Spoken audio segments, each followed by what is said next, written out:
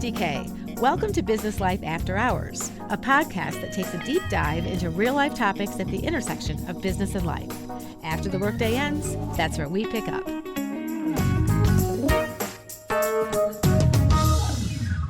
Arturo, it's great to be with you here at the ProMedica headquarters. It's my pleasure to be with you. So we have had a great experience with you here at ProMedica. You started in 2022, but actually you have more of a history with this organization. Tell us about your leadership prior to coming back here as president and CEO. Oh boy, I go back a ways. You So do. I go back to 1998 here at ProMedica. I started right out of law school. I started actually as an intern in the legal department. And it's kind of a funny story. I graduated law school at Toledo here, took the bar exam, and I was hounding the general counsel at the time for a job. And it took me a few months to finally get a meeting on his calendar. And he hired me. Opie Rollison was general counsel at the time. And I got hired as an intern. And my parents were not that pleased because they just paid for law school. I just passed the bar exam. And like, you took an internship? And I said, yeah, but I think it's going to work out. I really like this place. And look at you now. So I started back in the late 90s, and I was just the beneficiary of great timing. Back in 1998 is when Alan Brass started at ProMedica, and the board at that time had a growth strategy. So when I started, really, ProMedica consisted of Toledo Hospital and Flower Hospital.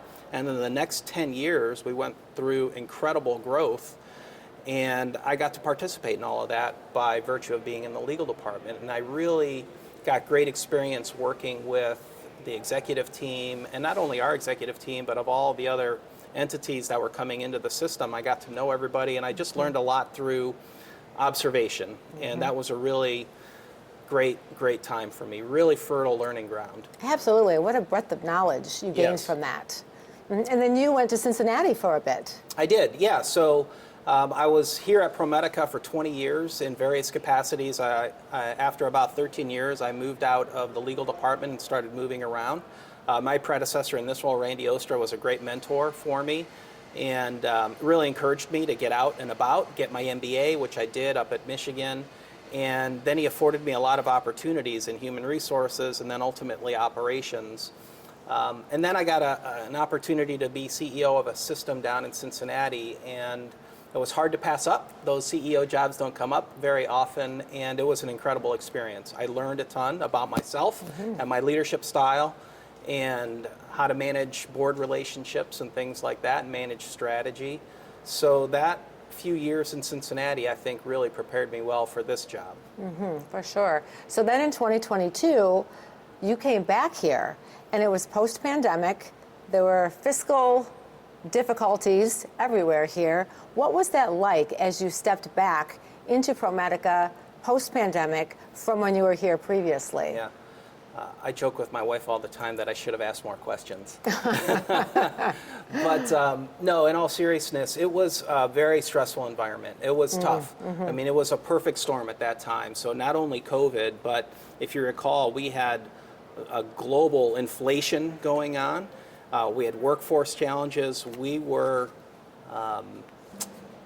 losing a lot of money. We had a lot of debt. So the environment here was stressful. So as I came in, I had a lot of relationships from my previous time here at ProMedica, so that helped me get into the mix pretty fast and really try to figure out who's who, what's what, and how do we start to formulate a plan to get out of the financial situation we were in. So I tried to be a really good listener to make sure I understood exactly what was going on.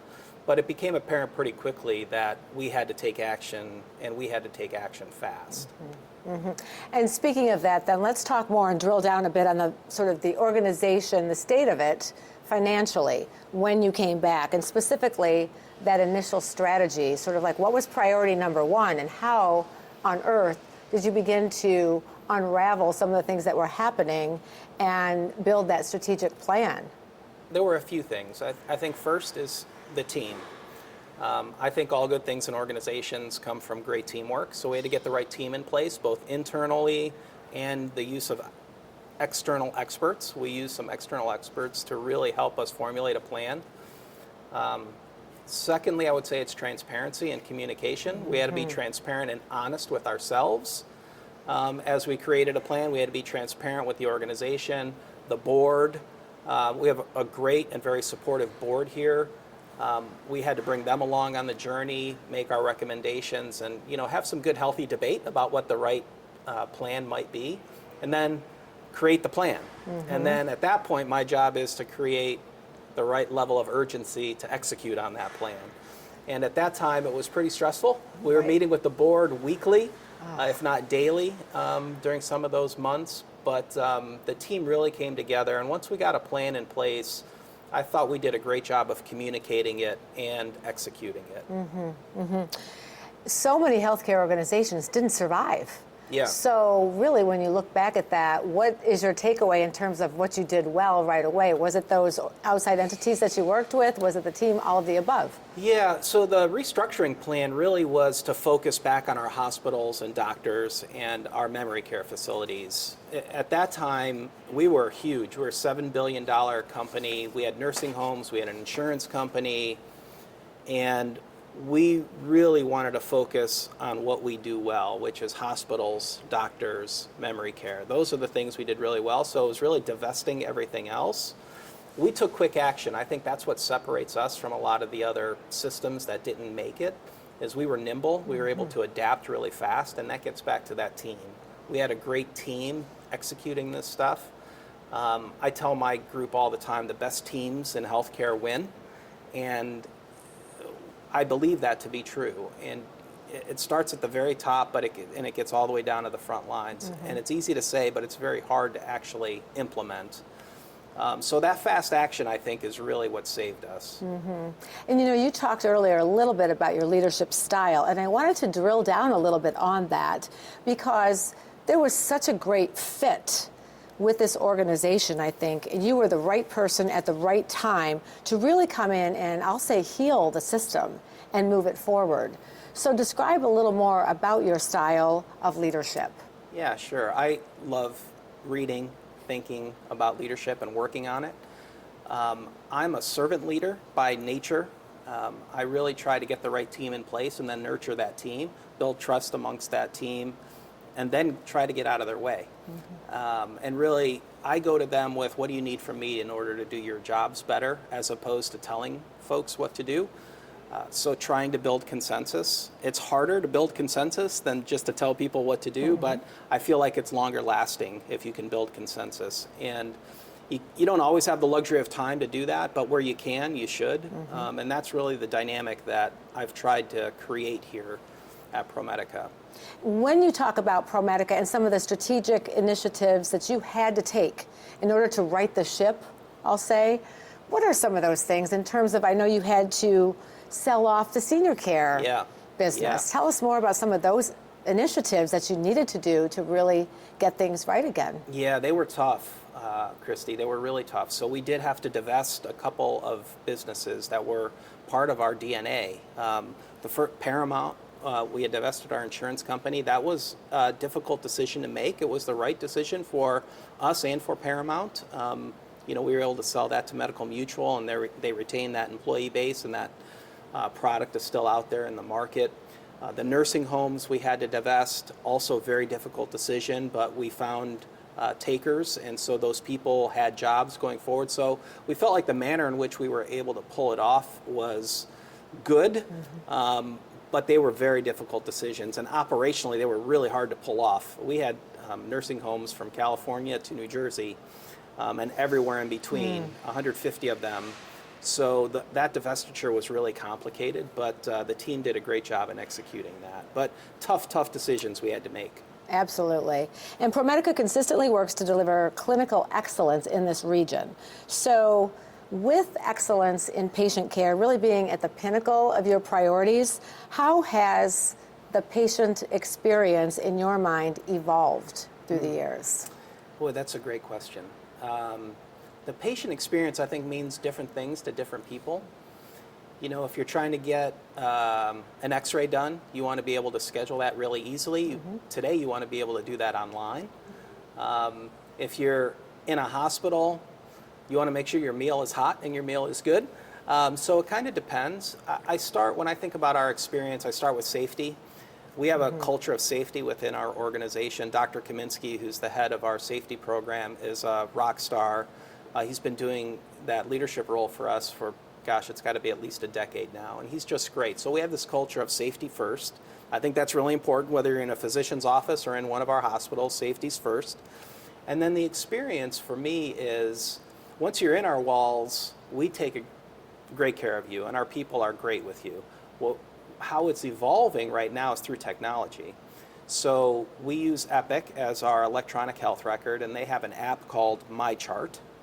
And through your MyChart app, what we're trying to make very easy for the consumer is to schedule an appointment for either a doctor's visit or an x-ray or whatever you might need diagnostically, to do a telehealth visit if you want to see your doctor or your caregiver virtually. We're trying to make that very easy to do.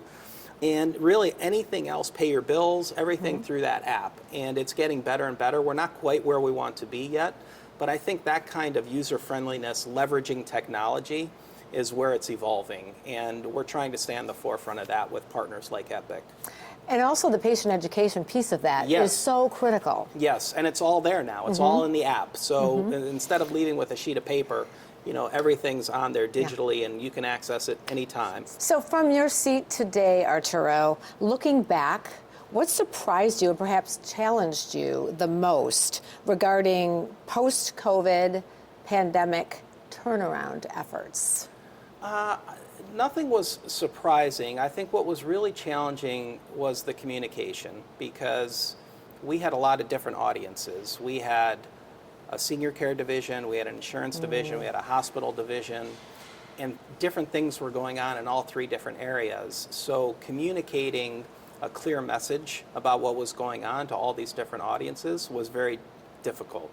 We have a great marketing team here and PR team, communications team, who helped me with that. But as you're going through divestitures especially, you have to be careful on what you're messaging, when you're messaging, and how you're messaging. And that was difficult for us. And we're messaging to the community, we're messaging to the board, we're messaging to our employees. And when you're going through a stressful time, everyone's reading every word and reading into every word. So I spent a lot of time on that personally, doing videos myself, you know, and the finished product looks good, but I sit in my office and I do probably 20 takes till I get a version that I like to send out. But you recognize the power of effective communication. Absolutely. And as you said too, people at that time didn't know what they didn't know. Right. So you were leading that charge in many ways. Yes, and so I think that's really critical, and I spent way more time on that than I ever would have anticipated. Now, as we look forward, ProMedica has moved away from that national focus to really more of a regional focus again, which it kind of used to be. So how has that refocusing really streamlined business operations and even things like community engagement and impact? Yeah, I think it's helped us. You know, this focus, instead of being a mile wide and an inch deep, you know, now we can dig a lot deeper into Northwest Ohio and Southeast Michigan on what we're doing. So we had resources spread all over the country a few years ago. Now we don't. Now everything we're doing is very much focused on Northwest Ohio and Southeast Michigan. Just like you said, it's kind of back to our roots.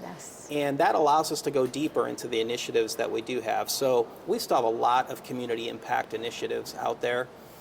Russ Ebide, who our children's hospital is named after, a benefactor from, gosh, it's probably 10 years ago now when he gave us that big gift. You know, we've got a couple Ebide neighborhood promises, one here in Toledo in an urban setting and one in Adrian, Michigan in a rural setting. And Russ's mantra was a hand up, not a hand out.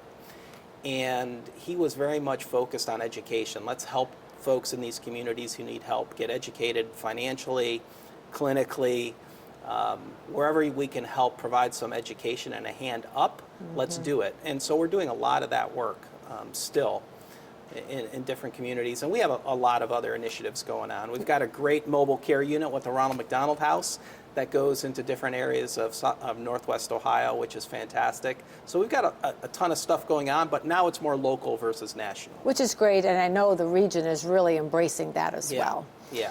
So I recently had the pleasure of working with and interviewing several of the physicians here at ProMedica in terms of some of the research that they're doing. Yeah. And it has been like, wow, really amazing and fascinating, because I think oftentimes we don't realize within the region that our physicians are actually doing world-class research that is impacting generations to come.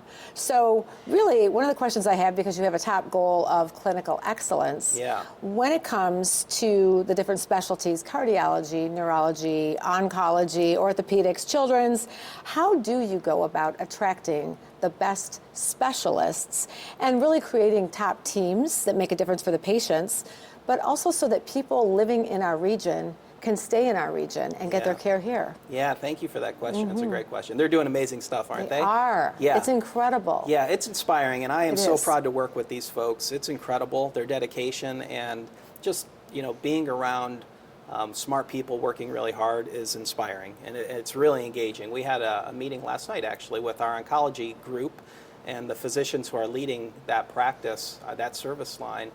And they were talking about their strategic plan for the next few years, and I left with so much energy.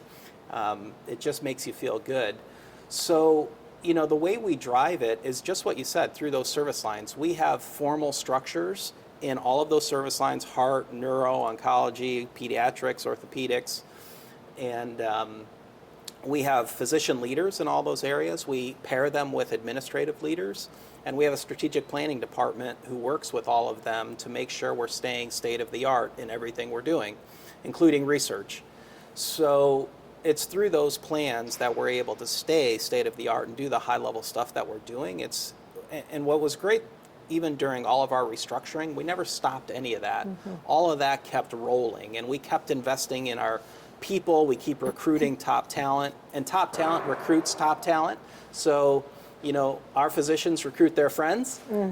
So when you have great talent, it attracts others, and that's been a very good program for us on the recruitment side. And we've stayed very strong in that space. And we invest in a lot of technology to stay state of the art. One of the things we're most proud of is our robotic surgery program. We are one of the top programs in the country with robotic surgery.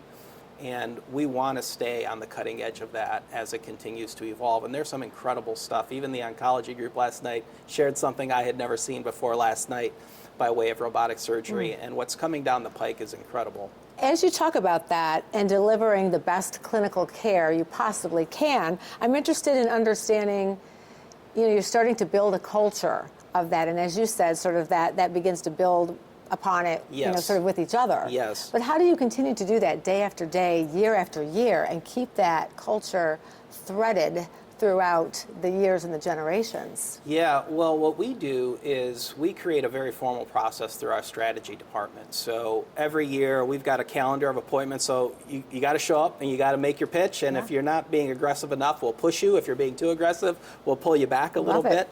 But we try to be very deliberate in those planning sessions to make sure we're pushing enough to make sure we're staying on top of what's coming down the road. Something else you've alluded to as well is community collaboration.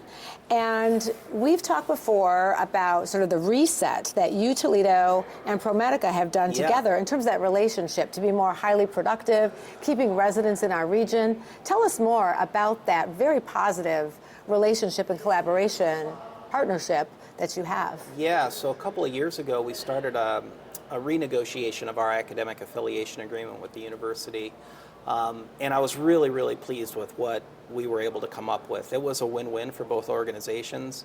I think it allowed the university a little more flexibility in how they run their clinical programs, and without losing the spirit of the overall engagement, which was, we have a big medical school here in Toledo. ProMedica is the largest medical provider in Toledo. We really ought to be collaborating to train the next generation of caregivers for the region, physicians. And it's not just physicians, we train nurse practitioners, physician assistants, radiology techs, respiratory therapists. We have a very broad relationship with the university. So we created what I believe to be a win-win. I'd like to give a shout out to Matt Schroeder and Dr. Ali over at the university. Both of them have been and continue to be integral to the relationship. They've been very collaborative. So it's been it's been a great reset of our relationship, and it's going really well. And I think it benefits the community in the long run. I was just going to say that. It really is making a huge difference, and we all see that living in this region, the impact and the leadership that has come forth in that. And we're keeping docs here. We're able to retain. So when we're collaborating and getting along, the residents see that, they feel it. It becomes a place where they want to practice for their careers. So that is proving itself out here with our recruitment. Let's move on a little bit to innovation and AI. Yeah. Of course. It's going to solve all our problems. Exactly, right? That's what I've heard. Yes, me too. I keep hearing it, So it truly is going to be impacting healthcare in a huge way. Yes. Tell us more about how ProMedica is using AI for patient care and beyond. Yeah, so believe it or not, from an AI perspective, we at ProMedica here have over 100 applications running AI. And it runs the gamut from administrative AI to clinical AI. I'll give you a couple of examples. On the administrative side, we have artificial intelligence running in the background from a cybersecurity perspective. So if a bad actor is trying to break into our IT system, we've got AI in the background always monitoring, and we'll figure out if someone's trying to get in, and then we can act upon it. On the clinical side, we've got a bunch of different programs going on, and it helps with predictive analytics. So for example, if you for some reason unfortunately have to go to one of our emergency departments for something, when you get in and they start entering why you're there into our system, there'll be AI running in the background trying to determine whether you're going to need to be admitted and are going to need a bed in the hospital. So we know right away, all right, Kristi's going to need a bed, we're going to have to admit her, where are we going to put her, who we're going to have to move where, what kind of services is she going to need, so that we have it resourced well for when you do get up to the floor from the emergency department. So, and we have 50 or 60 other examples like that where it really helps with predictive analytics, so the clinicians know ahead of time how to care for a patient, like what they're going to need to do. That is so impressive, and that is such a great benefit for patients. So I'm really glad to hear that AI is working way ahead of us in terms of patients. It is working way ahead of us. And the company that we use, again, Epic, from an electronic health record perspective, they've got a lot of AI initiatives. So they're the premier EHR vendor in the country. They are staying way ahead of this game, and we're tied to the hip with them. We were an early adopter of Epic. We're fully integrated with Epic. So everything we do is all in one system, so it has a tremendous amount of data from which we can pull and learn and continue to evolve.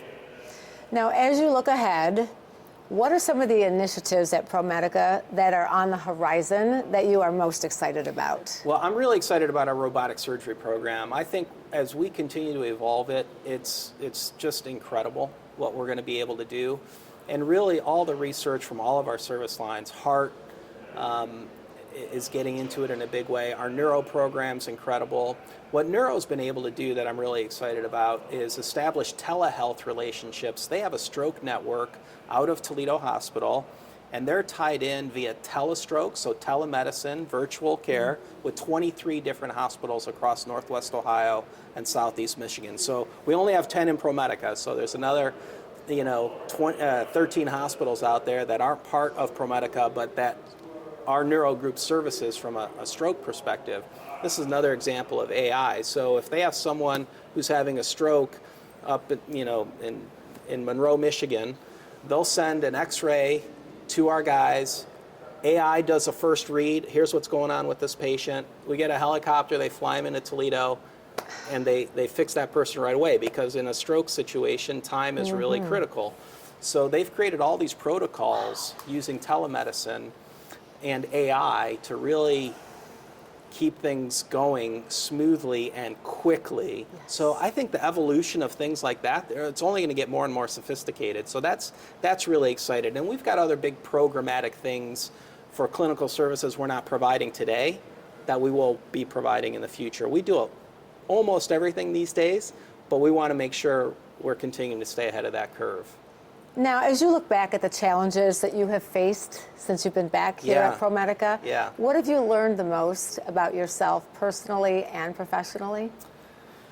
I think personally what I learned is how important it is to be resilient. Getting through a tough time, whether it's at work or in your personal life, requires resilience. It's something you want your kids to understand.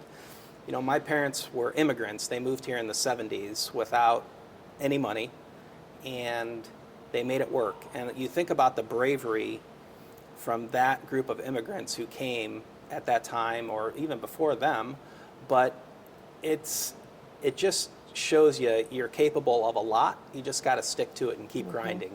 That's what I tell my kids whenever they're complaining about something. I said, just keep grinding. That's great. Great. And professionally, I'm going to go back to, from a leadership perspective, the communication. And everyone needs a little bit different communication. My direct reports, people who report directly to me, everyone's got a little bit of a different style themselves. So I adapt to them, or I try to anyway, adapt to them. And leading a group of highly skilled executives is challenging. So I work on that every day professionally, and I try to improve upon that every day. But what I learned through that crisis is, if you're honest with people, clear with people, even if they don't agree with you, they'll move with you. And I think that's really important from a leadership perspective, because while you want to be a consensus builder and you want everyone to always come along on your journey, it's impossible to get 100% consensus all the time, but you got to get enough, and you got to have people respect you enough and trust you enough to take the leap. And it was a big deal. I think those kinds of things were a big deal during those tough times. And you do that so well as a leader. You see people, you hear people, you have that emotional intelligence that really makes you an incredible leader. Thank you. So thank you for being with us on Business Life 360 and for all you do for this region and beyond. My pleasure. Business Life After Hours is hosted and produced by Kristi K. Audio engineering, production, and editing by Chris Pfeiffer. Be sure to join Kristi for her award-winning television series, Business Life 360, the third Thursday of the month on WGTE HD or at wgte.org/B360. Business Life After Hours is a production of WGTE Public Media.